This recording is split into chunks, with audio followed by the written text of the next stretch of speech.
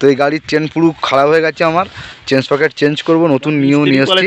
এমনি কথাই আছে না যে চারধাম দর্শন তো সোজা নয়। গেলাম প্রায় 8 কিলোমিটার রাস্তা উত্তরাখণ্ডে, এখনও মধ্যে যতটা বাইক চালিয়েছি তার মধ্যে সবথেকে টাফ এবং অফরোড। যোগীনারায়ণ এসে কেমন লাগছে? एकदम खूब सुंदर। तो अंकल जी बताइए, ये जो मंदिर है ये कितने साल के पुराना मंदिर है? युग बीत गए, सुन लो।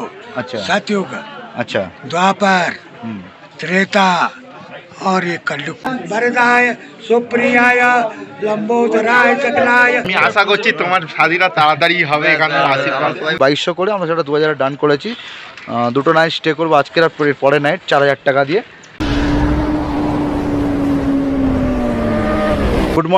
Good morning from Chopta. Actually বললাম কারণ চোপতা থেকে অলরেডি প্রায় আমি 15 কিলোমিটার আগে চলে এসেছি।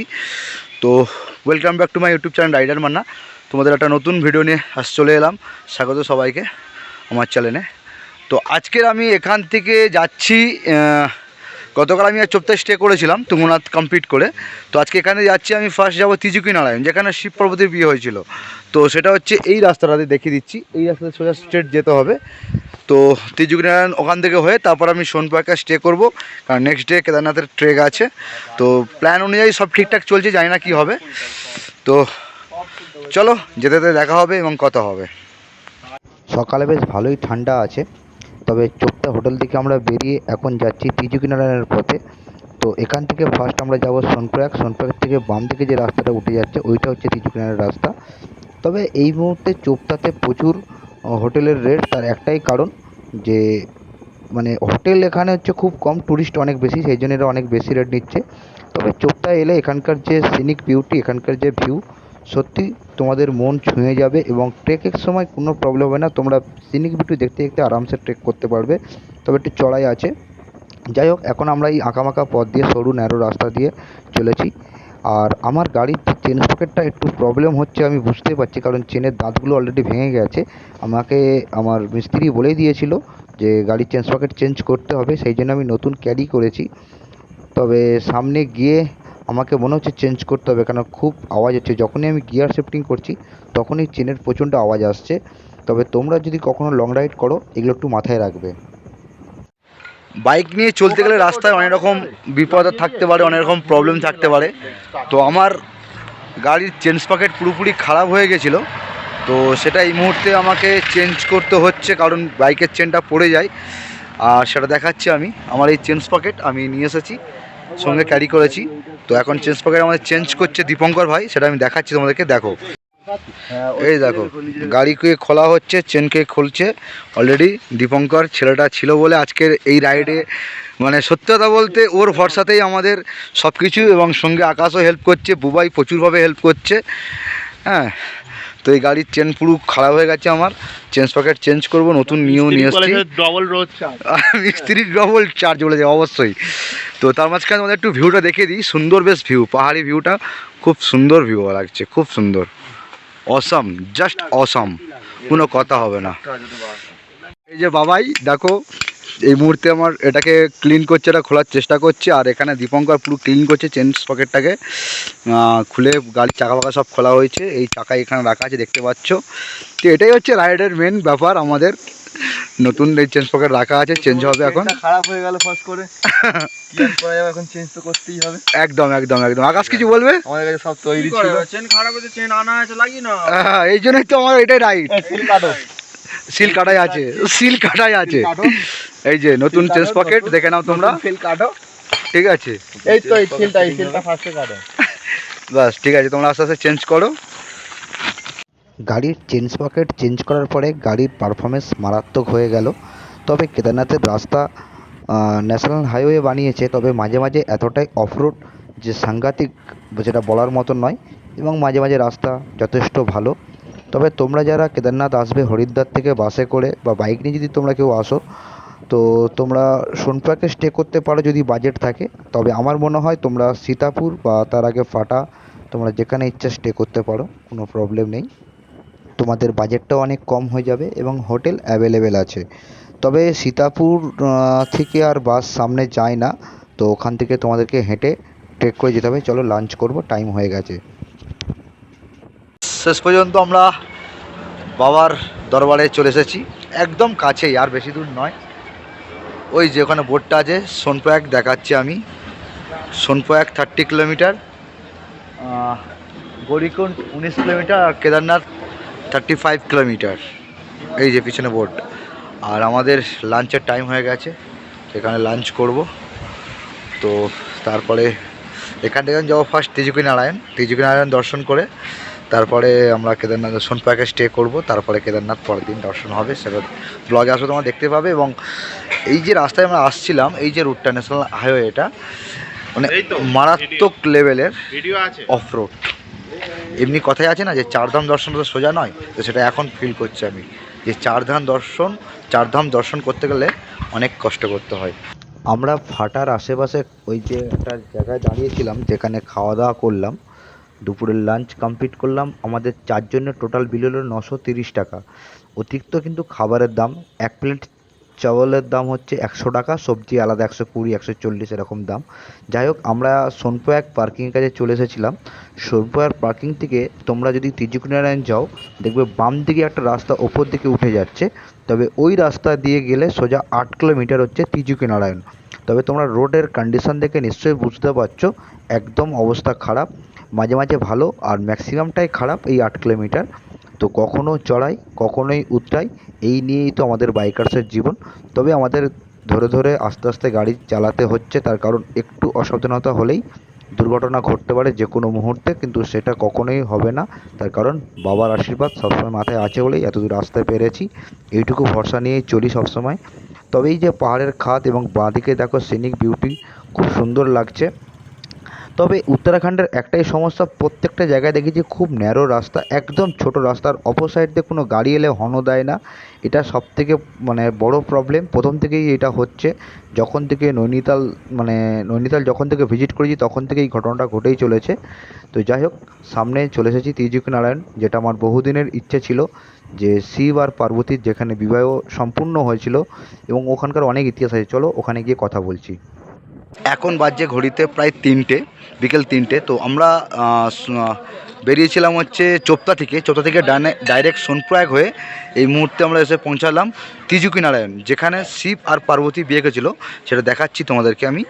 ভেতরে আমি যাবো, যদিও এই যে গেটটা দেখতে পাচ্ছ, এই গেট থেকে ডান দিকে ঢুকতে হবে, ঢুকলেই ভেতরে মন্দিরটা আছে যেখানে শিব আর পার্বতী বিয়ে করেছিল, সেই তিজুকি-নারায়ণ। তবে একটা কথা বলি, এই যে সোনপ্রয়াগ থেকে এইখানে এই পর্যন্ত এলাম, প্রায় 8 কিলোমিটার রাস্তা। উত্তরাখণ্ডে এখনও মধ্যে যতটা বাইক চালিয়েছি তার মধ্যে সবথেকে টাফ এবং অফরোড যদি রোড থাকে, সেটা হচ্ছে একমাত্র এই রোডটাই। মারাত্মক মানে অফরোড, খুব মানে টাফ। চারধাম এত সোজা জিনিস নয়, তার সঙ্গে এইসব সাইট সিন করা এত সোজা জিনিস নয়, সেটা আমি উত্তরাখণ্ড রাইড এসে বুঝতে পারছি। আর পিছনে একটু ভিউটা দেখাচ্ছি, জাস্ট দেখো লেভেলের ভিউ, মারাত্মক ভিউ। চলো আমরা তিজুকি-নারায়ণ যাই, ভিজিট করি ওখানে। এই হচ্ছে বিভিন্ন প্রসাদের ডালার দোকান আছে, তো সামনে যাব।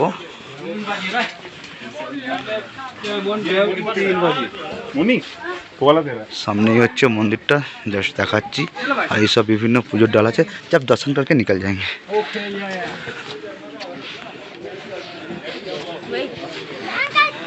ये है তিজুকি-নারায়ণ মন্দির। সত্যি আজকে দেখে খুব খুশি। আর এই হচ্ছে পাহাড়ের রেঞ্জ। তো আমি এখানে পণ্ডিতজিকে পেলাম, মানে এখানকার উনি পূজারি, মানে আর কি समस्त गाइड करें। तो अंकल जी मेरे पास है, तो अंकल जी बताइए ये जो मंदिर है ये कितने साल के पुराना मंदिर है? युग बीत गए, सुन लो। अच्छा सतयुग, अच्छा द्वापर, त्रेता और ये कलयुग का प्रथम चरण है। अच्छा, कितने साल का होता है एक युग बताइए? तो बहुत पुराना है। हाँ, अच्छा, 3 जुगे। 3 जुगे। हाँ, अच्छा अच्छा এখানে शंकर पार्वती शादी होती रहो। अच्छा, तुम कलकत्ता है ना, कलकत्ता है, हाँ हाँ। इसी जगह पर राजा हिमांचल ने अच्छा अपनी पुत्री पार्वती का कन्यादान किया था। अच्छा, समझ गए? हाँ हाँ। तो किस समय किया था हम्म, कि त्रेता युग में यहाँ पर शंकर पार्वती का शादी हुआ था। अच्छा अच्छा, राजा हिमांचल ने अपनी पुत्री पार्वती का कन्यादान किया था हाँ हाँ, यहाँ पर। यहाँ पर। अच्छा तो पहले हरिद्वार के पास है कनखल। अच्छा कनखल में जब दक्ष राजा ने यज्ञ ठहराया था, हाँ तो राजाओं का यज्ञ था। यज्ञ में तो सभी देवी देवता लोग थे, पर यज्ञ में कौन नहीं था? কালো আর बताएंगे? ওই পাত্রে ঢুকছিলাম তো আমরা नहीं बताएंगे। सामने देखो यज्ञ में पार्वती नहीं, सती नहीं थी। अच्छा तो सती भोले बाबा से कहती है, हाँ हे प्रभु मेरे पिता का यज्ञ हो रहा है, अच्छा मैं भी यज्ञ में जाता हूँ।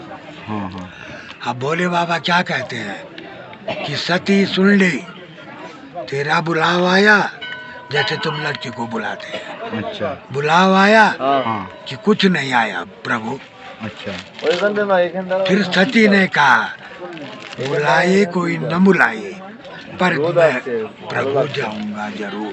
अच्छा तो भोले बाबा ने वीरभद्र के लिए कहा, जाओ सती को कनकल पहुंचाओ। वीरभद्र ने सती को कनकल में छोड़ दिया, अच्छा छोड़ दिया उसने, उसकी ड्यूटी थी वो छोड़ दिया। अब सती वहां पर क्या हुई, खड़ी हो गई कि कोई मेरे से बात कर ले तो मेरा मान और सम्मान हो जाएगा, अच्छा है? जब मैं तुमसे बात ही नहीं करूँ तो तुम्हारा अपमान हो गया। हाँ हाँ हाँ तो किसी ने सती से बात तक नहीं की। अच्छा सती को फिर क्रोध आ गया। सती ने फिर भोले बाबा को प्रणाम किया, हे प्रभु पुनः मेरा दूसरा जन्म होगा और आप ही मेरे को वर मिलेंगे। और क्या हुआ, यज्ञ कुंड में भस्म हो गई। पुनः उनका दूसरा जन्म हुआ। अच्छा पर्वत राजा की पुत्री मैना की कूप में उन्होंने जन्म लिया, तब उनका नाम पार्वती पड़ा। पार्वती हुआ तो तब यहाँ पर शंकर पार्वती का शादी हुआ था।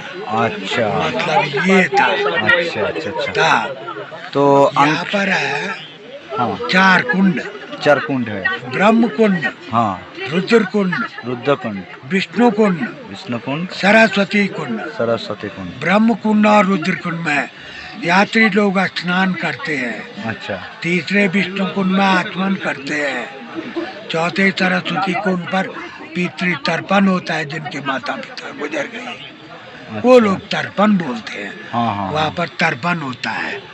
उसके बाद आई धर्मशिला, अच्छा जहाँ पर उनकी शादी हुई थी। वहाँ पर लोग ये थाली लगी हुई है, ये तुम देख रहे हैं, अच्छा 50 की भी है, 100 की भी है। तो वहाँ पर बैठ करके पूजा होता है, घर के लिए सामान मिलता है पूजा करने के बाद। तो ये बात है भैया। আচ্ছা আচ্ছা তো আঙ্কেলজিকে মুখে সবই আমরা শুনে নিলাম, জেনে নিলাম এই মন্দির সম্পর্কে, মন্দির ইতিহাস সম্পর্কে। আশা করি তোমাদেরও অনেক কিছু জানা হলো। তো যদি কখনো মনে হয় এখানে এসো, ভিজিট করো, পুজো দাও, সব কিছু যা যা হয় সবই বললেন আঙ্কেলজি। ধন্যবাদ আঙ্কেলজি, থ্যাংক ইউ সো মাচ। আচ্ছা আমরা হচ্ছে পূজার থালি নিলাম, এই ব্রাহ্মণ মশাই আমাদের পুজো করে দেবেন। আর এই হচ্ছে ব্রহ্মকুণ্ড বলছে, এটা ব্রহ্মকুণ্ড আছে। আর তারপরে রুদ্রকুণ্ড দেখি, এটা হচ্ছে রুদ্রকুণ্ড আছে। আচ্ছা রুদ্রকুণ্ড, রুদ্রকুণ্ড। আচ্ছা তারপরে তারপরে ये जल घर भी जाता है। এটা হচ্ছে বিষ্ণুকুণ্ড আছে। हाँ, আচ্ছা আচ্ছা ये लोटे में जल भरो, হ্যাঁ यहाँ से। এটা হচ্ছে শঙ্কর আর পার্বতীর মূর্তি, তো এখানে পূজা হয়। এ হচ্ছে ধর্মশিলা। তো নবদম্পতিদের এখানে বিয়ে হয় এবং যারা নতুন তারাও বিয়ে করতে আসতে পারে, কোনো অসুবিধা নেই। हाथ जोड़, हाथ भी जोड़। ओम गजाननम भूतगणाधिदेवतम कपितजम्बो हरचारुभक्षणम उमासुतम शोक विनाशकारकम नमामि विघ्नेश्वर पंकजम।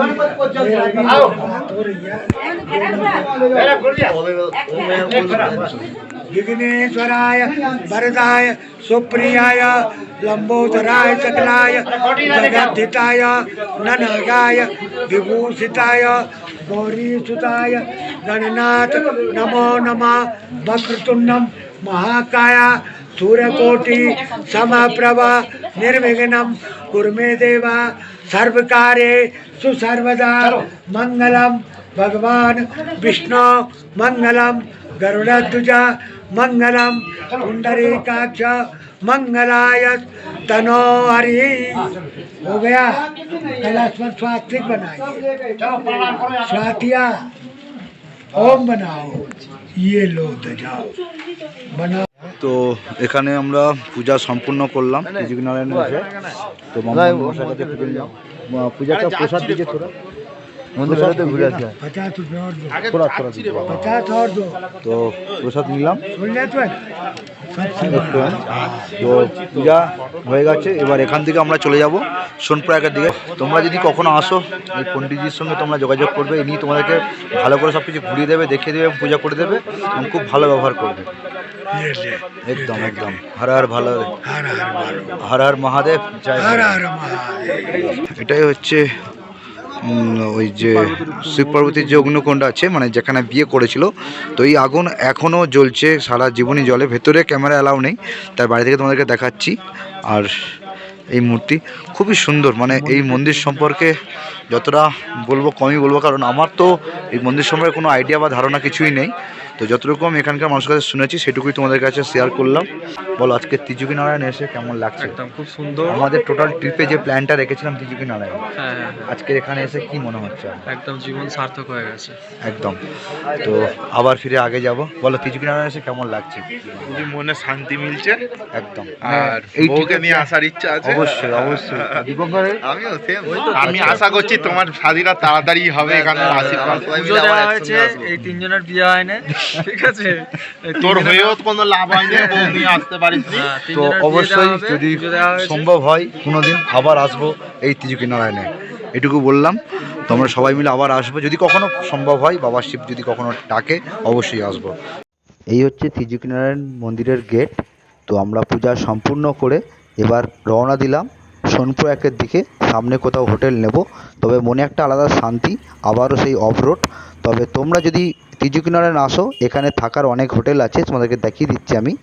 সামনেই অনেক হোটেল পেয়ে যাবে রেঞ্জের মধ্যে। তবে আমি বাজেট এখানে ঠিক কতটা পারফেক্ট জানি না, তবে ওই 1000-1200, ম্যাক্সিমাম 1500, 2000-এর ভেতরে এরকম রুম রেন্ট হবে হয়তো। তো তোমরা এখানে এসো, স্টে করতে পারো এখানেও। এখান থেকে তারপরের দিন কেদারনাথ তোমরা ভিজিট করতে পারো। জাস্ট এইটুকুই বলা।